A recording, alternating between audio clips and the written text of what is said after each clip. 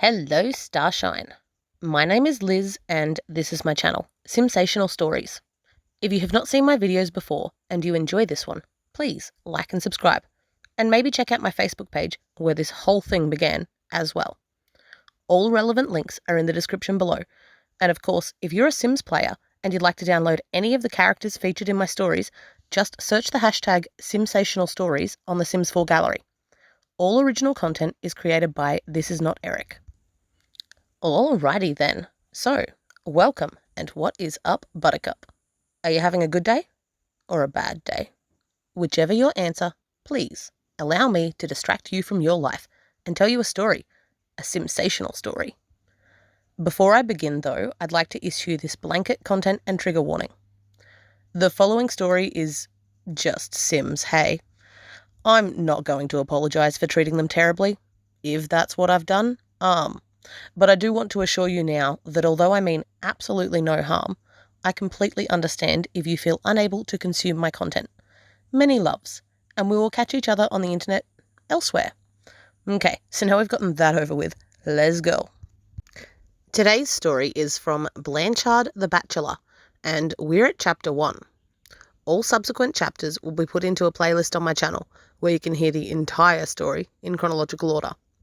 So, without further ado, let me introduce you to Blanchard the Bachelor. It was the same old story, boy meets girl. Blanchard had been watching Greta for half an hour when he finally had the courage to go over to her. She was beautiful, in a class all of her own, and he was captivated.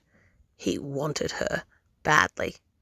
She was all style and grace, lithe with life as she danced the night away. What was her name? Her name was Greta, soon to be Greta Bridges, as she and Blanchard were married within the year. Again, it was the same old story. Greta was pregnant and Blanchard was doing the right thing. Commitment went against his very nature, and he loathed himself even as he loved making Greta happy. It wasn't that he didn't love her, it was just he wasn't really ready for all this. But ready or not, Blanchard and Greta's son Octavian was born just 5 months after their shotgun wedding. He had his father's colouring, as well as his charming emerald green eyes and bright smile. All this was paired with Greta's crow-black hair, and she loved the mix the two of them had created in this tiny, perfect little human being. Greta was, like most new mums, utterly besotted by and in love with her baby. Little Octavian could do no wrong, and his every waking moment was a wonder to her. Blanchard was less besotted. He was glad to see that the baby had been a boy. That was what he'd wanted. But otherwise, he found the baby to be a bit of a bother. If she was being honest with herself, Greta wasn't really sure that Blanchard was grown up enough to be living the life they were building together. Too often, it felt like she was the only one doing anything around the house. Blanchard was always too busy on the bubble blower or drinking to help her clean up or change nappies.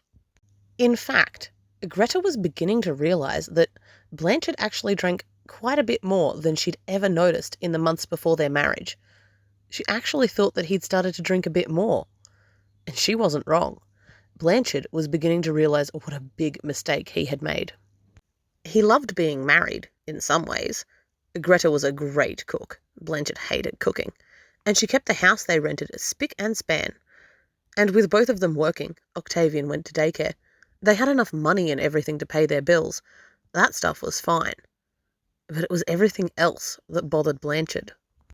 Blanchard hated the whole family thing. Sharing his money, telling Greta where he went and what he'd done all day, being expected to do stuff with the kid, and just not having any privacy or independence. He'd discovered, absolutely hated children. A bit of a problem, considering he had one. Blanchard used to stay up at night drinking and dreaming of a world where he was free. He never told his wife any of this, though. To her, he presented his other truth. Not a lie, exactly, just not his whole self either. To Greta, Blanchard still seemed like the man she fell in love with, mostly, who had kind of lost his way. He just needed someone to believe in and support him, and he would blossom into who he was meant to be. It never happened. They'd met when they were 19 and 20, and by the time Octavian was starting school, his dad was 27 and had never kept a job for more than a week or two. Blanchard and his son didn't get along. Octavian was always railing on him. For a 6-year-old, he had quite a mouth on him. That was because Octavian was a smart kid. He was so over his dad. Blanchard had been disappointing as a dad his whole life, and he showed no signs of improvement. He didn't even seem to want to improve.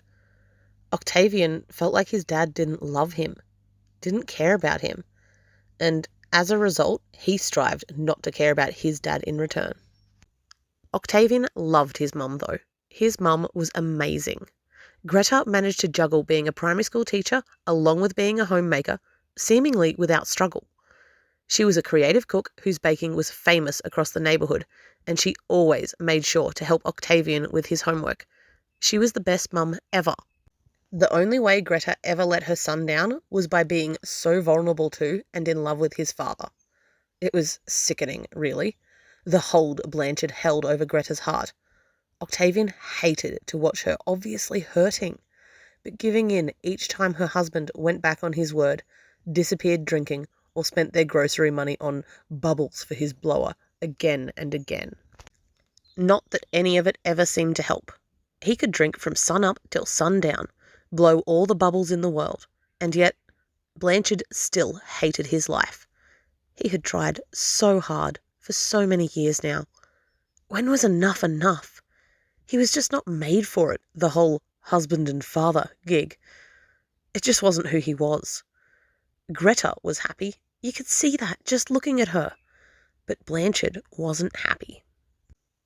And that brings us to the end of Chapter 1 of Blanchard the Bachelor. If you've enjoyed this video, don't forget to like and subscribe so you can tune in soon to hear the next chapter. And hey, maybe think about sharing my channel with a friend. Or don't. It's your life. Anyway, bye!